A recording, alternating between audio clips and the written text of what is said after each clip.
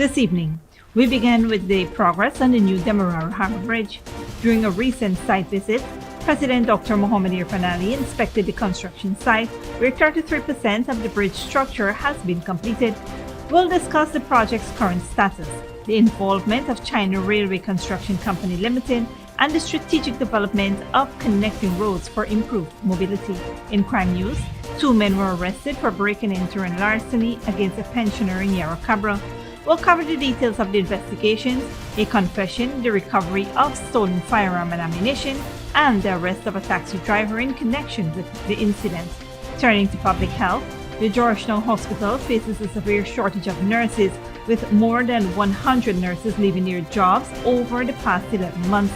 We'll explore the Ministry of Health's response, including recruiting Cuban nurses and training local healthcare professionals to meet the increasing demands for healthcare services.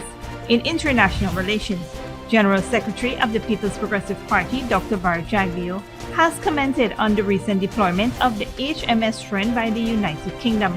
We'll discuss the assurance given by President Dr. Mohamed Irfaan Ali to St. Vincent and the Grenadines Prime Minister Ralph Gonsalves that the exercises are routine and not intended to threaten Venezuela's territorial integrity. Lastly, we report on Venezuela's President Nicolas Maduro's response to the deployment of the HMS Trent. Maduro has ordered defensive exercises in the Eastern Caribbean, escalating tensions over the disputed Essequibo region. We'll examine the implications of this development and Ghana's stance on maintaining peaceful intentions.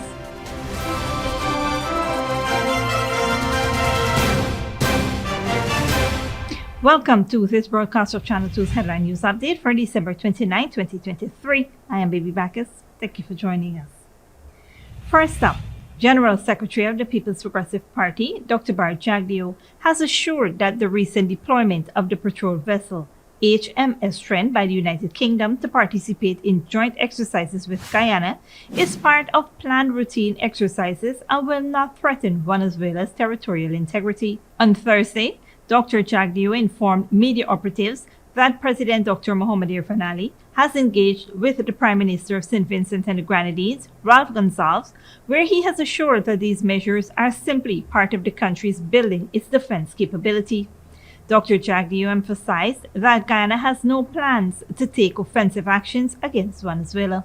We don't plan on invading Venezuela. President Maduro knows this and he needs not have any worry about that. That assurance was given to him in St. Vincent and the Grenadines, and we have done so before St. Vincent and the Grenadines, and we'll continue to do so.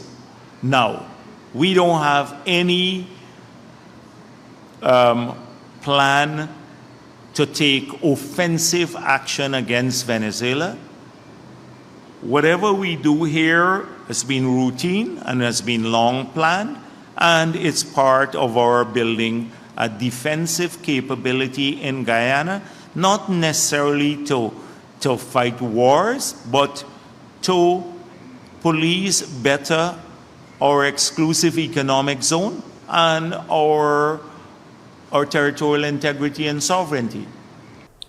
The Vice President further reaffirmed that Guyana respects the joint declaration of Argyle made on December 15, which states that both Guyana and Venezuela, directly or indirectly, will not threaten or use force against one another in any circumstances, including those consequential to any existing controversies between the two states.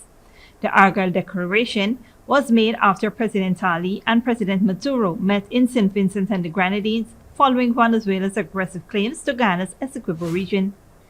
Moving on, the much-anticipated new Demerara Harbour Bridge is becoming a reality. During a recent visit to the eastern end of the construction site today, President Dr. Irfaan Ali was informed that some 33% of the bridge structure has been completed, and by April 2024, the vast amount of piles cast for the bridge would be visible. The president engaged with China Railway Construction Company Limited, the contracting firm overseeing the project, who assured him of their commitment by continuing to work around the clock. Currently, 378 workers are participating in the construction at Peters Hall East Bank Demerara and Lagrange West Bank Demerara. The contractors are in the process of drilling and casting piles to support the decking platform. Concrete has already been poured into 5 piles from the eastern end. President Ali, accompanied by the minister within the Ministry of Public Works, Deodat Indar, also visited the eastern landing site of the bridge and earmarked areas for connecting roads to Heroes Highway and the highway currently under construction linking Eccles to Ogle. The connecting roads, when completed, will provide mobility for travel between the west bank of Demerara, the east coast of Demerara, and the Chedijagan International Airport. In other news, 2 unemployed men, 22-year-old Amos Emmanuel of Circuitville Suicide Linden Highway and 28-year-old Brian Can of Yarra Cabra Suicide Linden Highway, were arrested a week ago for the offense of break and enter and larceny, which was committed against Mohammed Haq, a pensioner at Yarra Cabra, on November 22, 2023. When interviewed by detectives, Emmanuel admitted that he and Can broke into Haq's house and stole Haq's firearm and ammunition. Emmanuel related that after the robbery, Can took away the firearm from him along with some of the ammunition. Can subsequently took the detectives to his home at Yarra Cabra, to the back of his yard in a small clump of bushes, and pointed out a black plastic containing 1 Astra 38 revolver with 3 matching rounds in the barrel. There were also 2 spent shells and 49 live 38 rounds of ammunition, which were in an ammunition box, property of Haq. The suspects were further interviewed by detectives, after which Can took detectives to the home of Alwyn James, a 27-year-old taxi driver of Yarra Cabra, where he pointed out an area where the ammunition was buried. The area was dug up and the officers found 31 12-gauge cartridges in a black plastic bucket.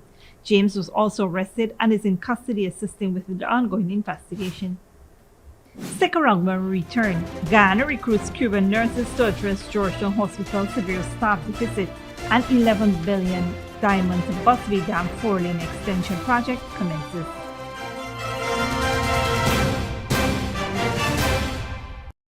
Giving you the best Christmas with Digicel. Digicel is bringing you the best deals, the best prices, and the best cash prizes. Hold on to your Santa hats, because there's up to $50 million in cash to be won. Activate any data plan, and you can be one of 14 winners to join Digicel's Spin to Win game show, where you can win millions in cash. Activate a data plan today on the best network and make this Christmas the best one yet. Digicel. It's Christmas at Kissoon's Furniture Store. We are fully stocked for the holidays with a wide variety of furniture to choose from store-wide. Beautiful sofas, dinette sets, rugs, pillows, foam and hybrid cooling mattresses in all sizes, beds in king, queen and single sizes, and so much more. Come on down to our mega store or our Rob Street location. Merry Christmas from Kissoon's Furniture Store. Good girl forget things. What's the problem, Granny? I want money for borrow for do a surgery. I was dancing and I fall and fracture my hip. If you need some quick money, you should check Lender's Jewelry and Pawn Shop. Lender's Jewelry and Pawn Shop, lot 238 South Road Border, Georgetown. Get jewelry made to order in just 72 hours. We also accept vehicles. Lender's, best rates, longest payback period. Boys, I get through. Plus, I could dance again.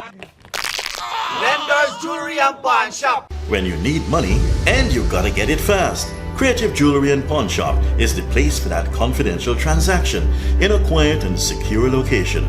You'll get the highest value per pennyweight for your gold and also enjoy the lowest interest rates and longest payback period too. Yes, for that instant transaction to solve a pressing financial problem. That Creative Jewelry and Pawn Shop, 46 Boyle Place, that's between the Ministry of Housing on Brickdam and White Castle Fish Shop, be your first and only choice. Creative Jewelry and Pawn Shop, safe and sound, solid and secure, always there for you. Telephone 231-7878 and 223-8955. Hello, my fellow TikToker followers. It's Credit, and today all we will be making Chinese noodles with peppies, chow mein, chicken fritters, and spice cake. For the noodles, all of these will be using peppies, black pepper, cashew, Chinese sauce, soy sauce, garlic sauce, paprika, Chinese seasoning, chow mein seasoning, white spice, and all-purpose seasoning. Next, this chicken that we marinate, soak for all you don't know nothing with Pepe's green seasoning, miracle seasoning, Pepper sauce, chicken season, paprika, garlic powder, jerk seasoning, black pepper, onion powder, and ginger powder, and document plantain flour, and then this butter we make with this quick piece powder, and we boil in high. We serve with Pepe's barbecue sauce. Radhika went to the supermarket and she proper buy up enough things. She feels she alone can cook, but she routine even wrong. He shaped like a guy in a map. Pepe's has a wide range of ingredients available at supermarkets nationwide. Pepe's, we put the pep back into your kitchen.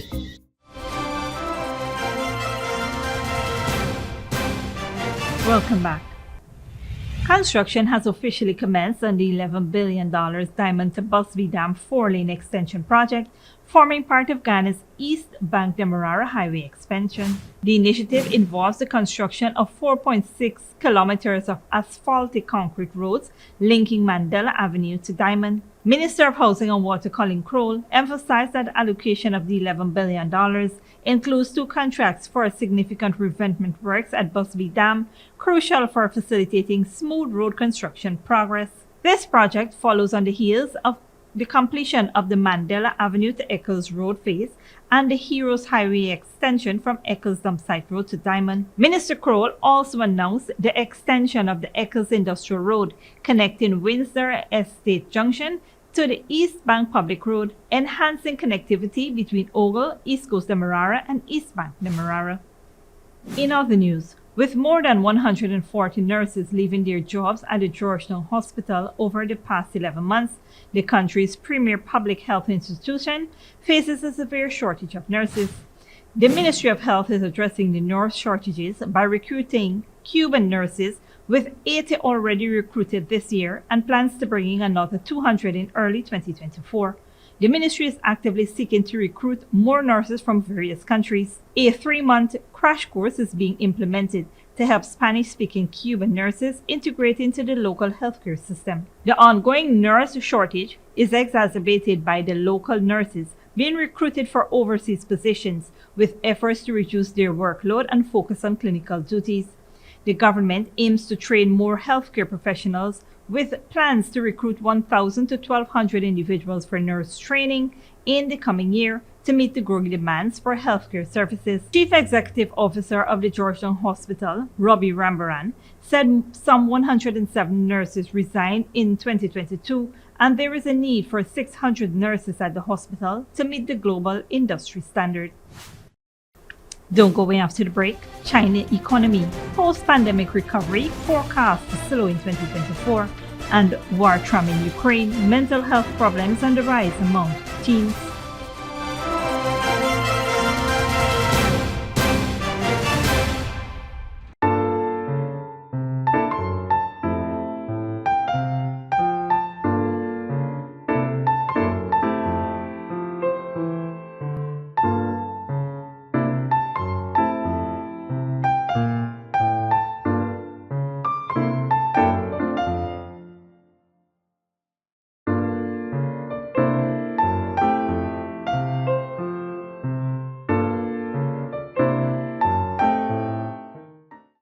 Giving you the best Christmas with Digicel. This Christmas, it's all about the best. Digicel is bringing you the best deals, the best prices, and the best cash prizes. Get half off and a whopping 50 gigs of data when you purchase the Samsung A04 for just $14,000, the Samsung A14 for just $29,000, or the Samsung A24 for just $35,000. That's right, half off and 50 gigs of data. It doesn't get any better than this. So why wait? This Christmas, buy nothing but the best. Offer good while stocks last. Digicel. See clearly with a gift of sight from Modern Optical Services. Let our professional team examine and prescribe what's best for your eyes. Common smiles make fashionable faces. See us for a full line of optical services, including brand name and prescription eyewear.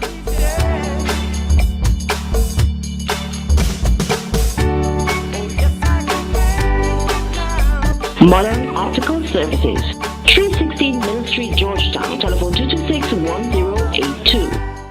Good girl forget things.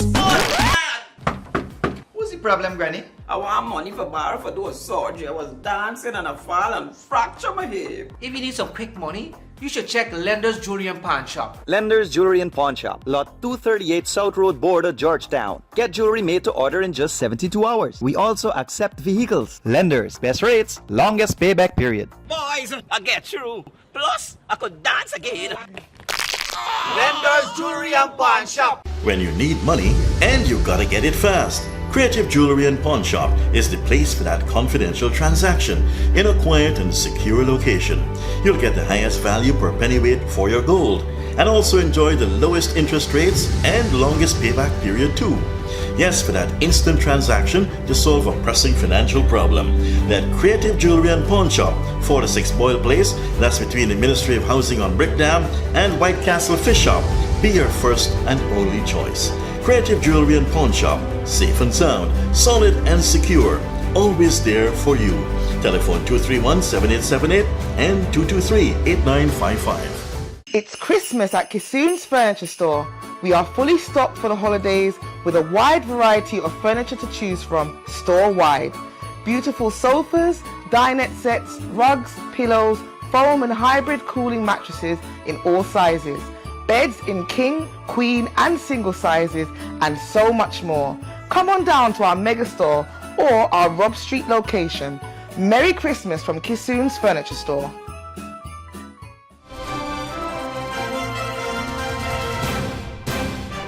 Welcome back. Now we take a look at what's happening in the region and around the world. President Nicolas Maduro has ordered Venezuela's armed forces to conduct defensive exercises in the Eastern Caribbean in response to the United Kingdom's deployment of the Batch 2 River-class offshore patrol vessel HMS Trent near Guyana's territorial waters. Tensions have escalated as Venezuela rehashes claims to the Essequibo region. Maduro, in a televised address, stated that 6,000 Venezuelan troops, including air and naval forces, will conduct joint operations off Venezuela's eastern coast near the Guyana border. He described the British ship's arrival as a threat and a violation of the recent agreement. Guyana's President Irfaan Ali emphasized peaceful intentions and cooperation, underscoring that neither Venezuela nor any other state has anything to fear from the activities within Guyana's sovereign territory or waters. Church leaders in the Democratic Republic of Congo, who were observers during the elections on December 20th, say they have found numerous instances of irregularities. Al Jazeera's Catherine Soy reports. Church leaders in Kinshasa did not mince their words when addressing the political uncertainty in the country. They released their initial finding on the election. Delays, technical glitches, breach of electoral laws are just some of the issues from a list of concerns. Taking into account the documented irregularities, those in charge of the electoral process must make sure complaints are investigated and dealt with before publishing their election results. Images like this showing people destroying voting machines shocked many. This man was arrested while voting at his home. He had 8 voting machines that should have been in a polling station. The government says the problems were not widespread. There have been incidents, but this cannot disqualify a result of hundreds of polling stations where Congolese voted peacefully.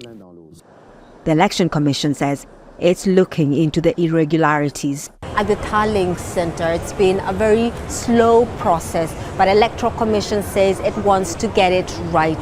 So far, President Felix Tshisekedi is leading, but opposition leaders say they will not accept the results.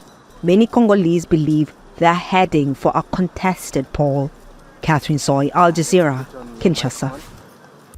The Chinese government had hoped 2023 would be the year the world's second largest economy soared after recovering from the pandemic. Instead, it's grappling with a crisis in consumer confidence and crippling debts in its property sector. That's making it harder for many young people to find opportunities in a tightening job market. Al Jazeera's Katrina Yu reports.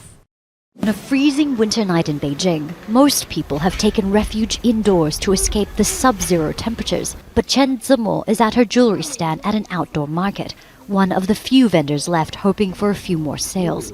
On a good day, she makes just over $30. My income here isn't stable. I can make a bit more in peak season, but now it's so cold not many people come out to shop. But I have to keep doing it to make a living. During the pandemic, Chen took a break from her career in finance to look after her newborn son. But when she was ready to return to work, was unable to find a new job. We spoke to other vendors who didn't want to appear on camera but had similar stories of falling on hard times. One man owns his own small company but it isn't doing well, so he's selling trinkets on the side in order to make ends meet. Another were a couple who used to own a restaurant that went bankrupt during the pandemic, so they've been forced to make and sell their own bracelets to make a living. China had expected 2023 to be a year of booming post-COVID-19 recovery, but instead, economic growth has stagnated, and the job market is tighter than it's been in decades. There's a consensus that the economy is quite weak, and the policy response remain quite lagging and insufficient. So on the micro level, when we look at the job market, it is quite difficult year, especially towards the year end. Almost every company in the IT industry, in finance and in housing is trying to lay off more workers. It's especially tough for new graduates. Unemployment among Chinese aged 16 to 24 hit a record high of 21.3% in June before the authorities stopped publishing figures. A persistent crisis in the housing sector, a traditional driver of growth, is also weighing on the economy. And people are choosing to save their money rather than spend it, hurting domestic consumption. The government insists conditions will improve in 2024. Overall, the favorable conditions for China's development outweigh the unfavorable factors. But until then, Chen Zimo says she will continue working at this market 10 hours a day, 7 days a week, hoping to make just enough to sustain her family for another day. Katrina Yu, Al Jazeera, Beijing.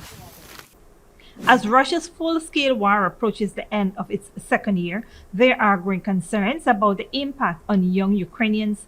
Support organizations are reporting an increase in mental health problems among teenagers. Al Jazeera's Rob McBride reports.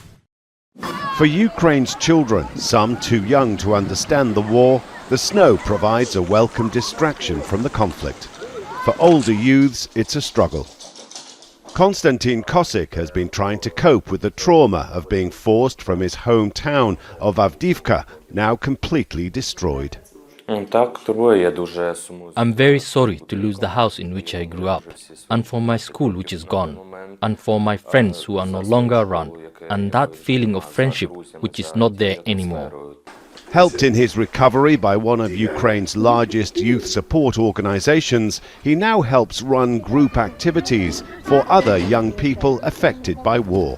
We can show today's teenager that there are still reasons to move forward and to make themselves happy and to make their choices. Because, of course, some of them are really suffering. Youth support groups are also warning about the long-term harm of anxiety and trauma being endured by the young, posing problems, they say, well into adulthood if left untreated now. Lisa Demchenko is one of a team of trained psychology students providing online counseling. They need our support right now, and if we delay it may be too late because they can develop various disorders like anxiety and depression. A recent study by this group showed half of the teenagers surveyed currently feel some degree of anxiety. And with the war grinding on with no end in sight, only 18% said they felt free of stress and truly happy about their future. Rob McBride, Al Jazeera, Kyiv. This brings us to the end of the regional and global news coverage. Up next is the 3-day weather forecast.